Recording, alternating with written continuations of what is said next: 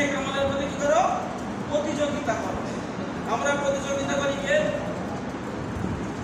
আমরা প্রতিযোগিতা করি পাঁচতলা বাড়ি করো, কটাকা ইনকাম করা যাবে, কার পেছনে বাড়ি দেবো, কার কি বাড়ি দেবো, এক মোলা বাড়ি দেবো। এই প্রতিযোগিতা আমাদের সমাজের মধ্যে নাকি বলে বাস্তব না? বলে আমরা কি নেকি যদি প্রতিযোগিতা করি? কোনোদিন প্রতিযোগিতা আমরা করি না।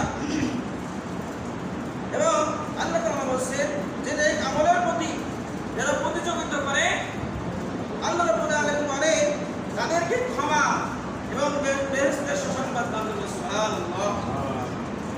যারা নেক আমল করে প্রতিযোগিতা করে আল্লাহ তাআলা বলছেন স্বয়ং তাদেরকে ক্ষমা এবং জান্নাতের সুসংবাদ দান করবেন।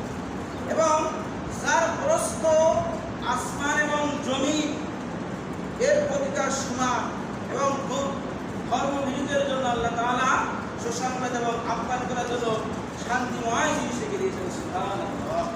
তারা ধর্মবিরোধী, আমরা ধর্মবিরোধী, আমরা ইসলাম বিরোধী, আমরা আলেম বিরোধী, আমরা কোরআন বিরোধী।